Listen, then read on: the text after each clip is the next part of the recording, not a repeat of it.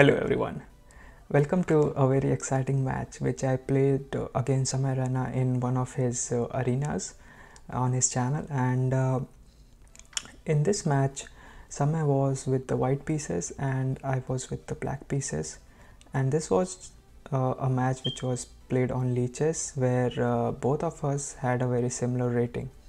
So without any further ado, let's just dive right in the match, as it's a very exciting match with lots of interesting moves, I must say.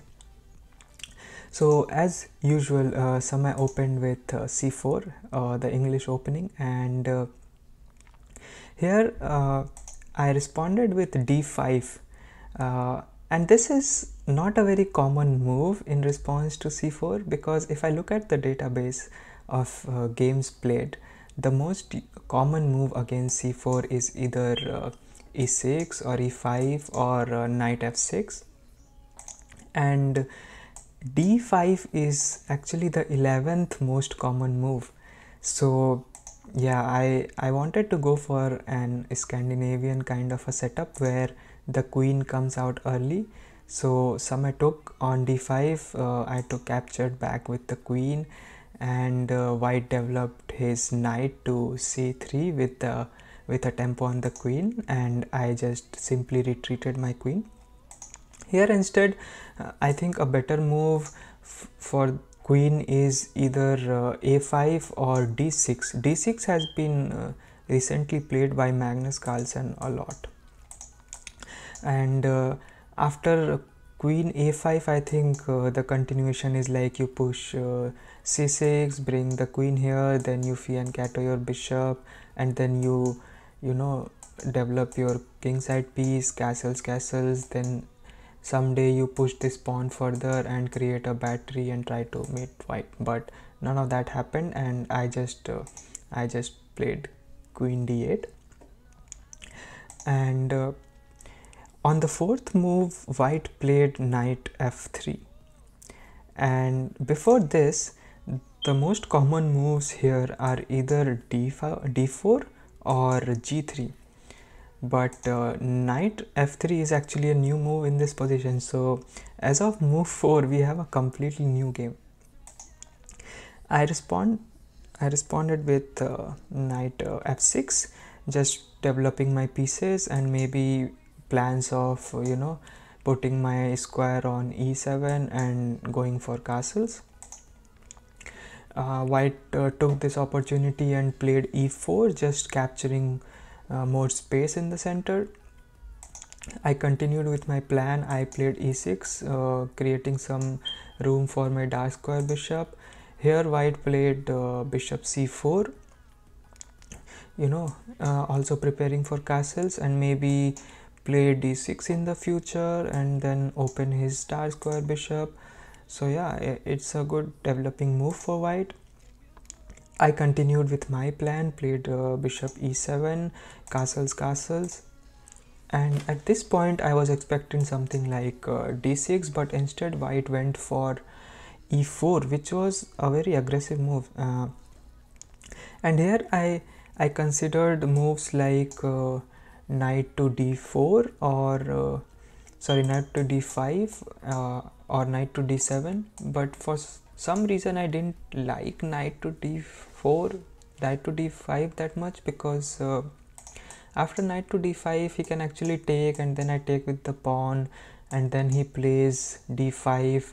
So all of my play will be on the queen side and all of white's play would be on the king side, and then it would be very hard for me to defend.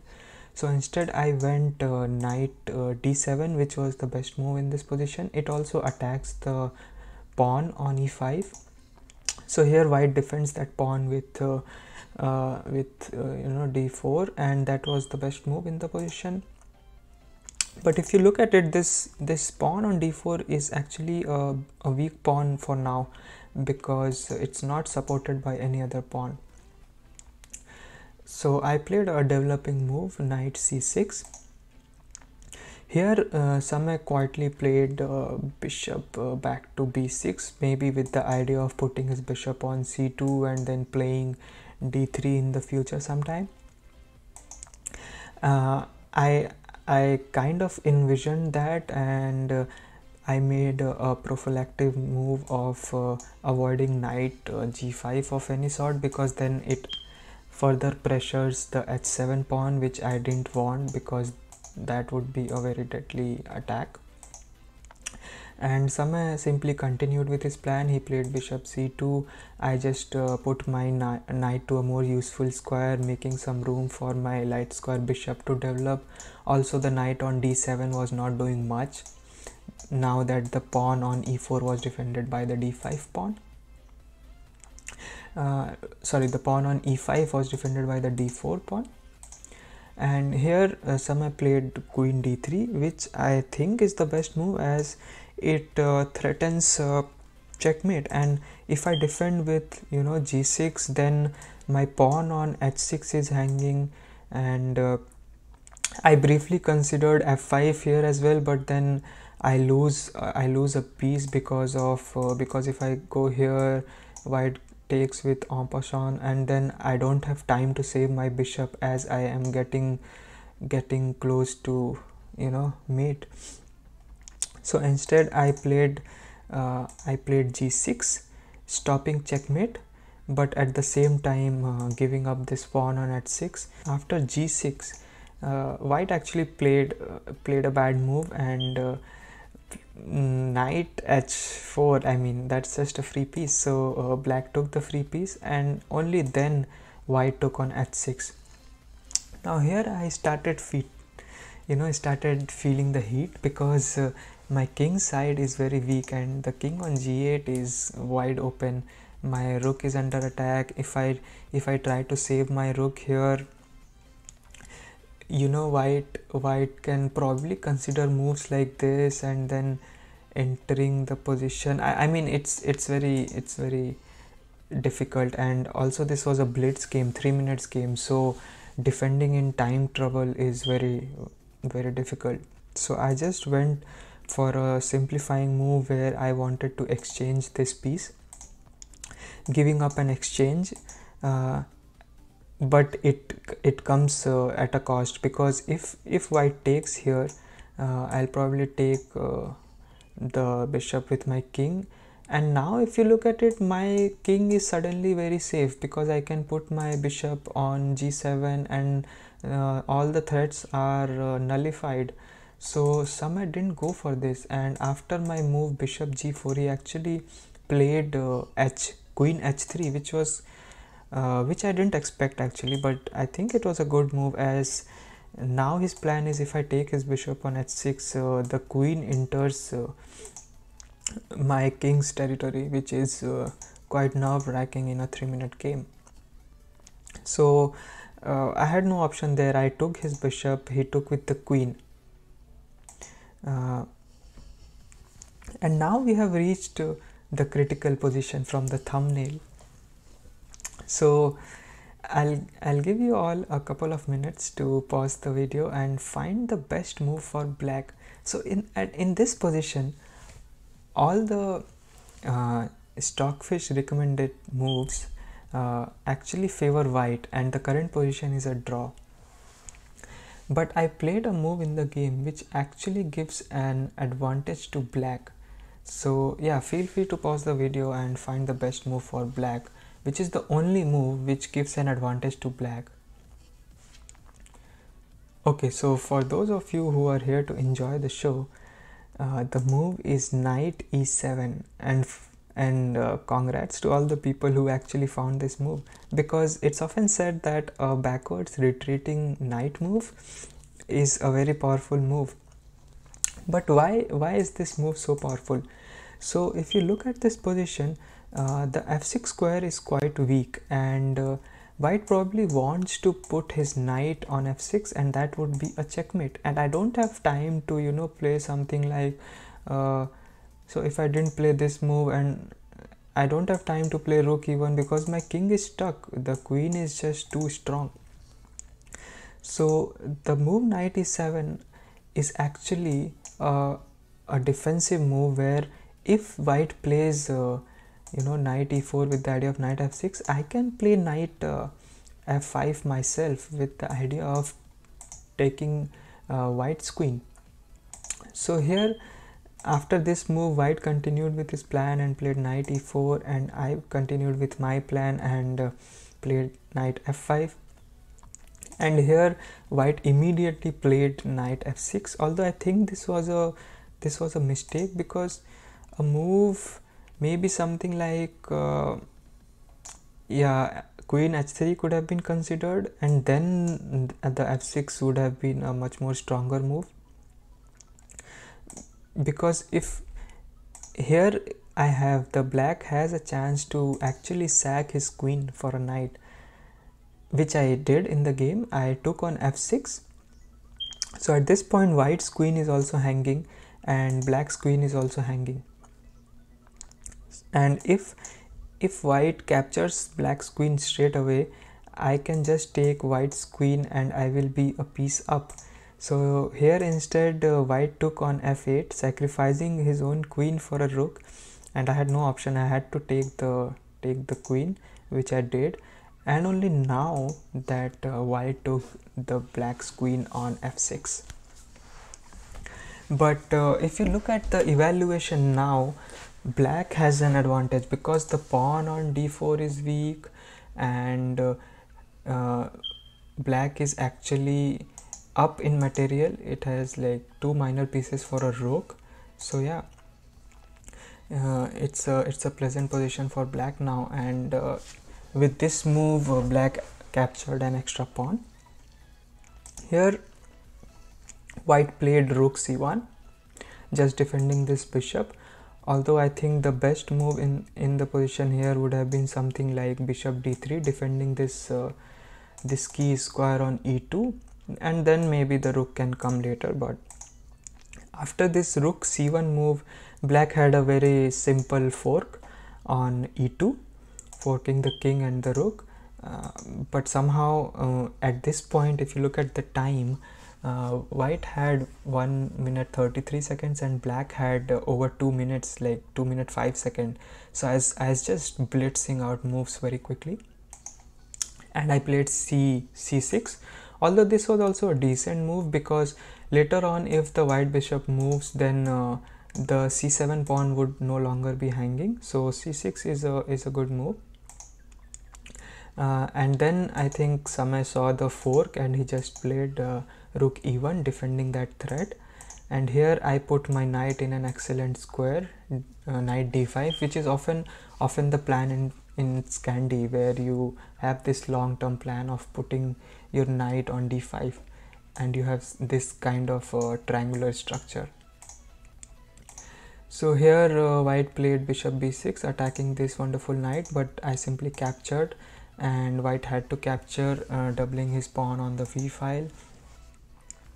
Now I played bishop d7, developing my last piece, but it was not the best move, as the pawn on f6 was hanging, and I should have probably considered taking that pawn, because this could be quite annoying if somehow white can, you know, in the future play g4, g5, supporting this pawn, and bring the king, you know, to support this pawn. It could be lethal. So let's see what happened in the game. White continued with d1, rook d1, somehow pinning this knight against the bishop. So I played rook d8, supporting this bishop, and here white played rook d7 with the idea of doubling this rook and maybe renewing this pin. So here I played knight b4, which was actually a pointless move, because I gave away the beautiful square for the knight. Like, it from the d5 square, the knight is controlling so many key squares. Like, it's just an amazing knight. Why would you move it somewhere else? Instead I played knight b4, and Samay just continued with his plan of doubling the rooks on the d file, and I had to bring back my knight. Here white played f4.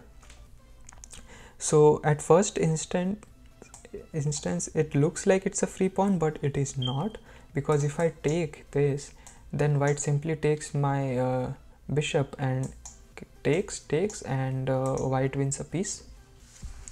So I have to be slightly careful. I played king e8, just defending this bishop once more before capturing on f5, f4, and here Samay played g4. So I thought g3 made more sense to defend this pawn, but I guess he wanted to play g5 as soon as possible so that this pawn is defended. And I should have captured this pawn in hindsight, because that threatens this pawn in the future and also defends the bishop. It's just a better pawn to take. But I captured f5, f4, and here white got the chance to play g5, cementing this pawn on f6, which kind of boxes my king on the back rank. I moved my knight back to the wonderful square, and here white played h4, having this very dangerous pawn chain on the king side. I'm just moving my knight back and forth, I think, just to gain some time here, because I took some time in between coming up with a plan, but I couldn't come up with a very good plan. So here I was feeling the pressure on the clock as well. Now our time is quite even. So white improves the position of his king. I give a check, and that's actually a bad move by black, because now after king g3 my knight is kind of stuck on the side, and the only way to defend that knight is by playing e4, e5. But here is a very simple tactic where white can win back his piece, and Samay found it and he captured my bishop first. I had to take with the rook, takes, and my knight was hanging in the end. So if you look at this position, black is just a pawn up, but it has a pawn majority on the queen side, so objectively it's winning for black. But if you consider all the time pressure, it's not very clear who has a clear advantage. But the Stockfish evaluation here is in the favor of black by around, I think, 3 points. And here I played king e6, which was a nice move, just guarding my pawn, bringing my king in the game. And here Samay played king g5, which was also a very good move. And then I started expanding on the queen side, and here white played h5. I captured, king takes, and now I played king f5, which was actually a blunder. So until now black had an advantage, and after king f5 suddenly white was one who was winning, given he plays the correct move. So here's another chance, and I'll ask all of you again to pause the video and find the winning move for white. Okay, so those of you who are here to enjoy the show, the winning move for white is actually king h6, which was not played in the game, because once king h6 is played, there are no moves for black. Suppose black comes back with the king, then white can simply push g6, and there is no way to defend both of these pawns from queening. So for instance, let's say black takes on f6, then white has g7, and this pawn is unstoppable. And if instead black tries to capture this pawn, white can simply recapture, guarding this f6 pawn, and then whatever black does, white can just start pushing this pawn to queen.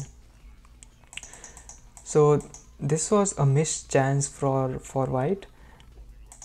And after king f5, the move which was played in the game was actually king h4, which again tips the scale in black's favor. Here I just started pushing my pawn, and then Samay wanted to stop this pawn from queening, and he played king g3.